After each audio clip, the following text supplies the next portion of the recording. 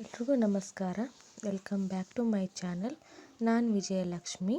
ಇವತ್ತು ಉತ್ತರ ಕರ್ನಾಟಕ ಸ್ಪೆಷಲ್ ಕರ್ಜಿಕಾಯಿ ಮಾಡೋದು ಹೇಗೆ ಅಂತ ನೋಡೋಣ. ಇದಕ್ಕೆ ನಾವು ಸೂಸ್ಲಾ ಅಂತ ಕರಿತೀವಿ. ಇದಕ್ಕೆ ಬೇಕಾಗಿರೋದು ಪುಟಾಣಿ ಹಿಟ್ಟು, ಬೆಲ್ಲ ಎರಡನ್ನೂ ಸಮ ಪ್ರಮಾಣದೊಳಗೆ ತಗೊಂಡು ಮಿಕ್ಸರ್ಗೆ ಹಾಕಿ ರೆಡಿ ಮಾಡಿಟ್ಕೋಬೇಕು. ಆಮೇಲೆ ಅದಕ್ಕೆ ಕರಿ ಎಳ್ಳು, ಕೊಬ್ಬರಿ ಸೂಸ್ಲಾ, ಏಲಕ್ಕಿ ಪುಡಿ ಹಾಕಿ ಮಿಕ್ಸ್ ಮಾಡಿ ರೆಡಿ ಮಾಡಿ ಇಟ್ಕೋಬೇಕು. ಒಂದು ಕಡೆ ಮೈದಾ ಹಿಟ್ಟು, ಅದಕ್ಕೆ ಸ್ವಲ್ಪ ಕಾದ ಎಣ್ಣೆ ಹಾಕಿ ಅದನ್ನು ಹದವಾಗಿ ನಾದಿ ರೆಡಿ ಮಾಡಿ ಅರ್ಧ ತಾಸು ಬಿಡಬೇಕು.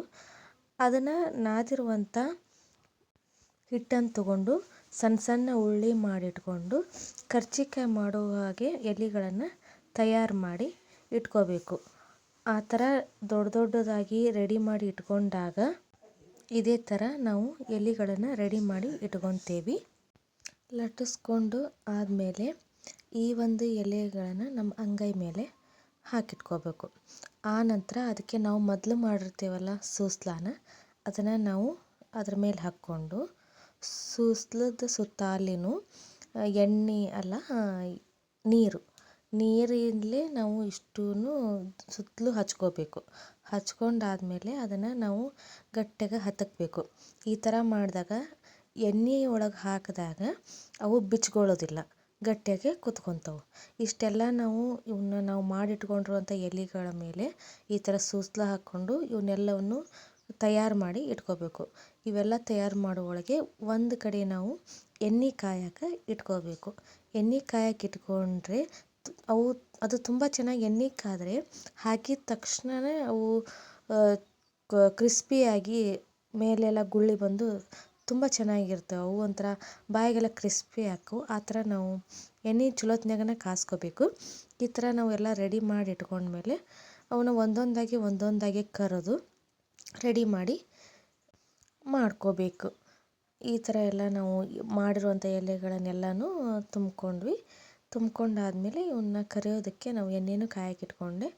ಆ ಥರ ಆಮೇಲೆ ಇವನ್ನೆಲ್ಲ ಹಾಕ್ಕೊಂಡು ಎಣ್ಣೆ ಕಾಯಕ್ಕೆ ಇಟ್ಕೊಂಡು ಒಂದೊಂದಾಗಿ ಹೊಂಬಣ್ಣ ಬರೋವರೆಗೆ ಕರೆದು ಇಟ್ಕೊಂಡೆ. ತುಂಬ ಕ್ರಿಸ್ಪಿಯಾಗಿ ಬಂದಿದ್ದು, ಮೇಲೆ ಎಲ್ಲ ಗುಳ್ಳಿ ಬಂದಿದ್ದು.